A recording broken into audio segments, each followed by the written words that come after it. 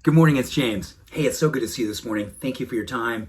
Thank you for your energy. I'm deeply grateful to have the honor and the blessing of laying eyes on you today. And this morning's message is for all of us, and yes, all of us who go through dark times, dark days. What do we do? Where do they come from? And how do we stand courageously in the truth of what it is when darkness is upon us?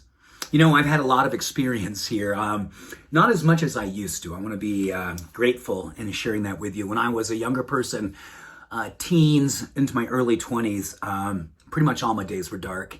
And then started doing a lot of deep work, healing work, ownership of my heart, of the pain, of the dark. And I learned a lot of things over this last 40 years on the spiritual path. And I want to share with you 4 things around dark days, dark times when we feel maybe a lack of hope, we feel lost, we're not sure what to do. So this is for all of us who go through these days and go through these times and want to remember practices that can be helpful to help us keep our light on, but also not to avoid the work that is when dark times are here. They're here to teach us something. We get a chance to be a student. And that's my first lesson. I have found, certainly, when I was doing my early work and carrying so much shame, I used to respond to my shame with perfectionism. I would just want to make sure I did everything right or make it look like to the world I was doing everything right. I really started to understand every time I was suffering in perfectionism, and it was suffering, it was me trying to cover up my shame.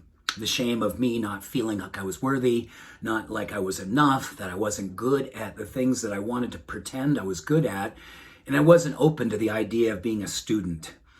Because I think when shame is upon us, it's really important that we protect ourselves. We want to make it look like everything is okay. Well, the antidote or the healing experience from perfectionism is to know what shame looks like and then give yourself permission to have a beginner's mind. Be a student. Open up and learn and be awake to what it means to be living the lessons of love, self-love and self-acceptance. Number 2, when I am suffering from not enoughness, when I feel like I'm not enough, I'm not this, I'm not that, I feel like there's not enough, that's the time I want to work with self-efficacy. Self-efficacy is a beautiful practice of simply being present and being a witness, choosing 1, 2, 3, or 4 things that you can absolutely dedicate yourself to during that time, whether it's just getting outside for a walk, whether it's making your bed, whether it's drinking enough water, simple things, and then be very, very present for them. And while you're doing them, say, this is me loving myself. This is me following through on actions and activities of love. That is self-efficacy, and studies show one of the most powerful ways that we don't lose ourselves when we're going through dark times. Number 3, the human doing is something that a lot of us do when we're not wanting to face shame or pain or dark times. We just busy ourselves. We just get so busy. And in that experience, I think we miss the lessons. And we have to slow down. We have to give ourselves permission to move from being the human doing to the human being. And being witness to going slow, being mindful, seeing what's up for us, and being fully open to embracing a pace of grace. And number 4, sadness. Simply, when we're in sadness, I find the best thing I can do is name it. This is sadness, this is pain.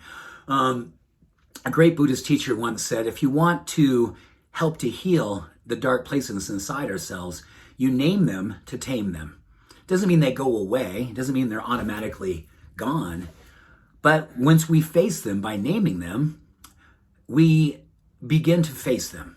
And in that facing of them, we give ourselves permission to be heroically present to what it is that sadness is wanting to teach us and allowing ourselves to feel it, just to feel sad. It's cathartic, it's healing, it's beautiful, it's hard, it's life, it's real life.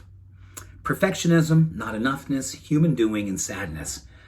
Moving to student, self-efficacy, human being, and a compassionate presence. Name it to tame it. We have these days, and we have tools to stay present with the lessons and the beautiful spiritual opportunities that dark days hold for us. I hope this helps all of us during those times. I just want you to know I feel and see what it is life is trying to teach us right now. And I just pray we all have the courage to show up for it. Thank you. Have an awesome day. I love you. Bye for now.